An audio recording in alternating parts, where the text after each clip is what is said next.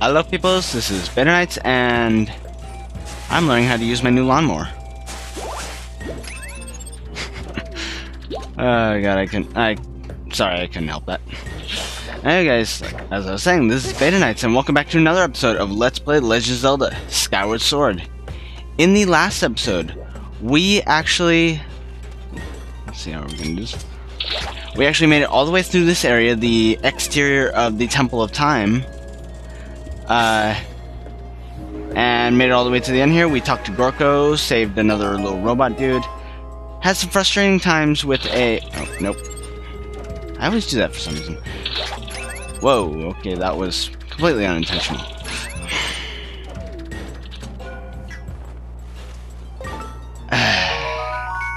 Sorry about that, guys. I'm just still used to the B button being what you use the or bring out the item with, so my mind keeps thinking it's the item you also use it with. But anyway, I actually found out that if you take the beetle, you can actually look over there at what's behind this wall. So if you guys are playing along and you don't care about spoilers, or you don't really care if you know what that area looks like, you can check that out. I personally am not going to do that because, yeah, as I was just saying, it's kind of a spoiler.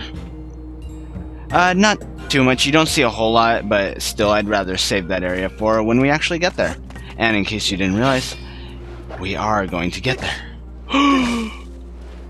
A Zelda game with a Temple of Time where you actually go to it? Blasphemy.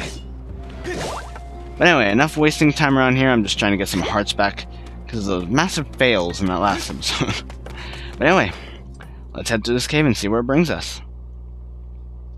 It's gonna be some dark, dank place, and no, actually, it brings us right back out, if you check your map, to the upper portion of the Lunairu Desert. An area we previously could not reach. Now I guess while we're here, I could show off one of the things that I mentioned, or no, actually I did show this. I remember Chugga Conroy was actually getting into my mind somehow, because I referenced this thing as a bird type, not a flying type. That's a Pokemon reference in case you guys don't get that, but whatever. So enough rambling here, god, this episode is off to a beautiful start. Now, anyway, if you guys actually check your map, nope, I want to check my map, and you zoom in here, you'll see right here, there's these dark gray portions. Now, the light gray, these are the stone things that we see all around. These dark gray, that's what used to be there and is now submerged under the sand ocean. Now, if I remember correctly, our little semi-robotic friend should be telling us something about it very soon here. But until she does, oh, here we go. As you can see, we're not sinking here. Master Beta, I have information to report. I can confirm that you will not be consumed by the sink sand in its current position. I suggest verifying your location on the map. And of course, her suggestion is automatically taken. Readings indicate there is a submerged path beneath the sink sand. It is possible to walk along a route just above this path without submerging completely into the sink sand. Simulations suggest that placing beacons to mark a safe route along these paths before proceeding would significantly reduce risk. I recommend placing multiple beacons. So yeah guys, oh, and right there we can place 5 beacons already. Now this actually could be a good idea. Oh, didn't mean to do that. Place little beacons just along the path. I normally place them right at the intersection, so that way I kind of know where they start and end. I guess I could place a few for now. I don't know if I'll change these later or if I'll just continue using them as is. But we'll see. I guess for now that should do, because these ones we can kind of just cross-reference right there. See where everything is. Most of it isn't too hard to get once you learn it, so don't worry about it too much. As you can see, our beacons, you see them all over the desert now. Anyway, as you can see right here, I can walk. It's a little slow, but I can walk safely in the sand. And heading right up here to the top of the slope. Got a little robot guy, and we got some big thing.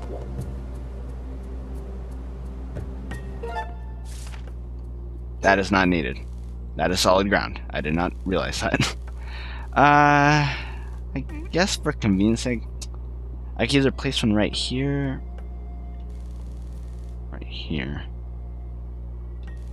You know what? For now, I'll just place it right here, but we could always change those if need be. So guys, a little bit wasted effort that I did on gathering all those hearts, because right over there, there's an actual stool that you could just instantly heal yourself from. There's another bird statue that I would recommend nabbing right here. And you guys remember in that other episode when I mentioned a place where I like to grind for tumbleweeds? This open area right here is perfect for it. I'll probably show that in a later episode, but it's not quite needed now. But for now, grab some bombs. Hopefully you actually have some spare ones. I'm running a bit low, which is making me a bit uneasy. Open this up. And guess what we find? Now, actually hit this. It'll activate this whole area, including those Bokoblin areas. God, what is... Maybe it's just while I'm recording or something, because normally I don't get this lag and stuff from it. I can get him before he gets me. Now, I actually found out recently, these guys have one of the coolest names I've ever seen of an enemy. These aren't just like ancient, futuristic Bokoblins or something like that. Their actual name is Technoblin. Yeah, they're called Technoblins. I love that. You are not in my memory banks. This is the power generator for the mechanism that opens the entrance to the Lanairu mining facility, sir. Sounds like something we want to go to. Kinda messed up with my grammars there. But it won't budge unless you activate the remote power nodes and set those 3 dials to access them correctly. Looks like we got some work to do, guys. Reading indicates the materials used to construct the generator are also present in this area. You can now use your dowsing ability to locate them. Oh, how convenient. And that actually does help, given how big and confusing this desert can get at times, guys. So apparently we need to set things here. Whoa. And apparently it would be a very good idea to do this, given that apparently Zelda is very nearby to here. Now, guys, now what she was saying, if you go and you search for these instead... Oop, let me recenter that there. Now, it's only pointing at this one because this is the main power node. As you can see, there's one right over this way. Looks like it's in this big mound area over by the chest. Don't worry about the chest, you can't get it now. There's one over there, and one right over here. I think I'll go for this one first. Of course, it's not required, but it helps. Okay, run over here, and I can actually get some bumps up. Oh, no. Stay away from me. Stay away. I don't know how to get this bird without... Well, I can grab my beetle and grab that bomb over there, or grab the bomb at my feet, and go after it, because this bird is going to be very annoying, I have a feeling. Actually, you know what? Just in case, I'm going to take it out with my beetle, or attempt to before it gets to me. Oh, I'm holding a bomb. Where'd I get a bomb from? Did I grab that one at my feet? Wow, this beetle has better range than I thought. Come here. Bugs will triumph over birds! Even in Pokemon, I like the bug types. Anyway, let's grab a few more bombs. You know what, just since it's a red ruby... Ooh, barely got it. Another little tip, guys, if you see the grass growing here, like, even though it's dead grass, I don't really know if you count that as growing. This dead grass here usually signifies that there's a solid pathway beneath it. But yeah, for now, it's fine. Now over here, as you can see, we could bomb that wall right there. We can bomb these. I'm gonna do a little bit of multitasking, even though... Oh. Luckily, bombs don't run during cutscenes. I would be in quite a bit of trouble there. Anyway, I believe, as you can see... Yes, you too. As you can see, this middle one right there, that is the node we're looking for. Right here, there's an Ember Relic. But I'm pretty sure you knew that already. Hey guys, this is Josh. My name is Josh Jepson, but you knew that already. I don't know what it is. I really like his intros. And his videos in general. But now, if you go over here, you'll see there's a little robot here. There's this giant thing. Yeah, we can't do anything with that yet. So, oh gee, I wonder what we have to do. Like it wasn't too obvious. Whoa. That beacon probably isn't helping with my frame rate. As you can see, this is what this area used to look like. What the heck happened? There even used to be a pathway into here, apparently. What do you have to say, little dude? You're trying to figure out how to configure the device to get you into the Lanairu mining facility, sir? You look kind of suspicious. I probably shouldn't be telling you how to access the remote power nodes to enter the facility. Don't let me catch you stabbing or fiddling with this device. Bzz. And like any decent video game character, they inadvertently tell you exactly how to do this. So guys, just insert, twist, and push. That's what she said. Or is that what she wants? But anyway, apparently there's a water symbol here. Yay! Almost looks like a blue yin-yang figure. So you got anything different to say? Ah, what are you doing, sir? Still, I'll never get it open with just fiddling with the dials. Oh, you so sure about that? So sure about that, little dude? Now, let's see. Over that way, that leads back to the main one. There's that one over here, but I think the one right over in this direction will benefit us a little greater. Well, like usual, never know when some bombs will come in handy. And I'm really hoping that I can do this efficiently. Because these 3 nodes, especially if you don't know what you're doing, they can take a bit to get through. Though, luckily, I do know what I'm doing. Because I played this before. And I should know what I'm doing. But just continue on your way and you'll be fine. Alright, jump down here. Grab some stuff from that if you want. Not really sure how well I'd be able to show how I usually grind for these things. Yep, here we go. This is how I do it, guys. Basically, like I said, this game generates it off screen. In other words, behind you. So basically, if you just keep running back and forth over this huge area, I just keep running this way. Turn around. Oh. See how easy this can get? Using this, you can grind a good number of these in just a matter of minutes. I did it before. It took me, I think, 11 minutes, somewhere around there. I can't remember the exact number. It only took me a few minutes, and I was able to grind, like, almost 10 of them. So yeah, that's just my method, but we're not going to worry about any grinding on screen, guys. I wouldn't want to bore you with those details. The most grinding you'll be seeing here is possibly hearts and bombs.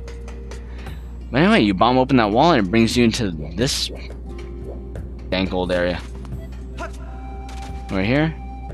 Avoid workplace accidents from safety first from floor supervisor.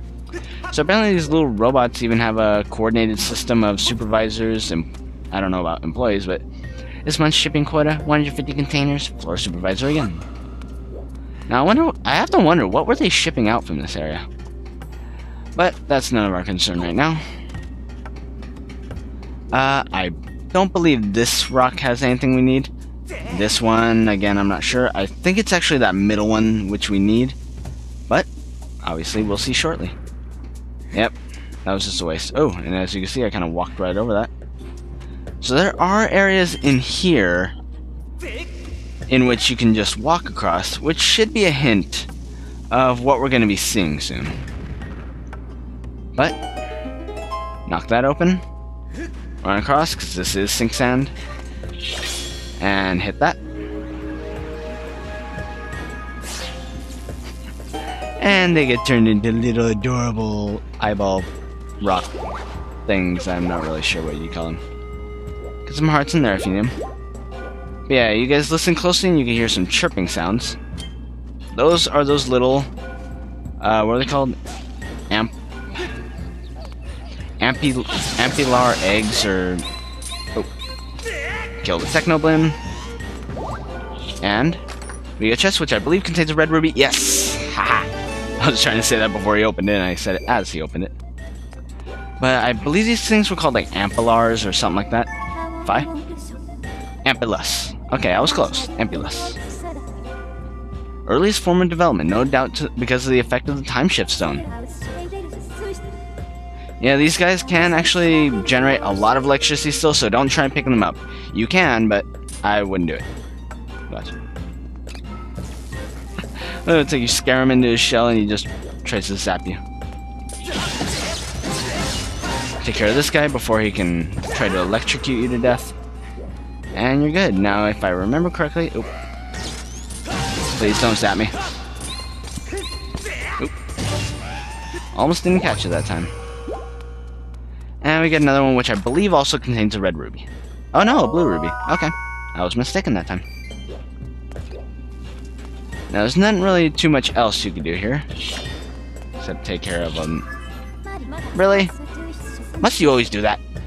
Or report masturbate. Well, it's been the robots that do that mostly in this area. My analysis indicates that you can restore this device to an operable state by inserting a source of energy.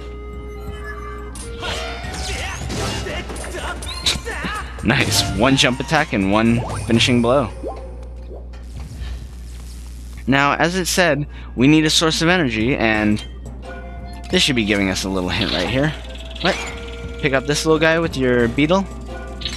Drop him right down on this platform. Oh. Now, this is where things get a little more complicated. What you want to do, basically, is... watch out, you don't want to try and hit this guy. Oh, jeez. You don't want to hit this guy while he's amped up. I miscalculated my timing there. But, as sad as it is, hit the little eggs. They get sucked in there. And I really don't want to know what happens to the little guy in there. I don't know, maybe he's just got scared. Now he's charging the machine for me. I honestly don't know, and I don't know if I want to. It's kind of sad. But, insert, twist, and push. Not a sexual innuendo at all. Anyway, this one apparently has electric typing, so we got water and electric. It's Pokemon TCG all over again. Yeah. Now, I would say we're done with this area, but there is one more thing we can do. Now, if you guys take out the beetle... Now, I actually just learned about this, so I haven't tested this out. I may get it wrong. Stay in that room, bring the beetle all the way out. Hopefully we can reach it. We need to hit this time shift stone. And like I said, I'm just learning about this, so hopefully it works. If you remember correctly, this area fills back with sand. Oh. I actually probably could have made that, but... do that, and... it puts you right in this room we were just in. With the chest that I never knew existed. That's a cool thing about LPs. You learn new things about the game, and you get to teach other people new things about it. Which is always awesome. You got a golden skull. So we get another rarity there. And now we have just as many gold skulls as ornamental skulls again. Now to get out of here, obviously we need to take out our beetle. Make it through here. Try your best to avoid the Ampelus so it doesn't mess up your beetle on the way out. And sorry, Ampeluses, or Ampeli, whatever what would the plural of them be? But you gotta turn back into eggs now. But don't worry, I'm not gonna stick you into any more machines. See you, little dude? I like how one was on top of the platform up there. But run all the way out. Whoa! Hey, little guy. It's quite a sting you have there. Anyway, let's head back to the present. I like how that basically shows that the Ampelus is whatever, Ampeli. I don't know what I'm going to call him from here. But I like how that basically shows that those little guys, or those big guys, were alive as little chirping eggs way back thousands of years ago, or however long it was since this place was fertile. I would love to just...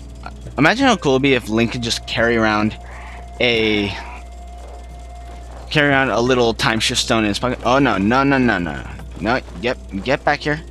Get back. Come on, I can't fly this forever. No, no, no, get him, get him, get him, get him. Almost, almost. Yes! Haha. I got you. I got you. Oh, tumbleweed. Ah, I almost made it. Yeah, if it reaches the sand, no go. I run across here. Now, this is where things get a little tricky. I believe we just have to get over there, but the exact method... okay, just I thought we gotta go across first. So this is where it comes good to kind of cross-analyze these little pathways. Go towards the little part sticking out right here, and you should be fairly safe. Like I said, dead grass usually means there's a platform beneath it. Gather up a little stamina, get up here, and You guys may or may not recognize the area we're in now. And we have a tumbleweed there, but I had no choice but to let it be destroyed. Take a 1 Ampulus. Now I'm just gonna take these guys out real quick because they could be a real nuisance if I don't. As you can see, those tumbleweeds are gonna be spawning around us all the time. Now, 1 final Ampulus.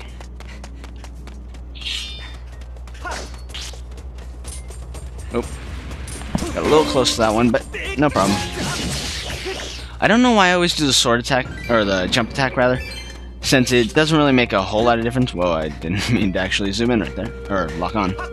But you guys may recognize this area as the gate that we passed by when we first entered this main area. Right up there is where we entered through that minecart. And there's more Ampuluses out here, so I'm gonna retreat back in.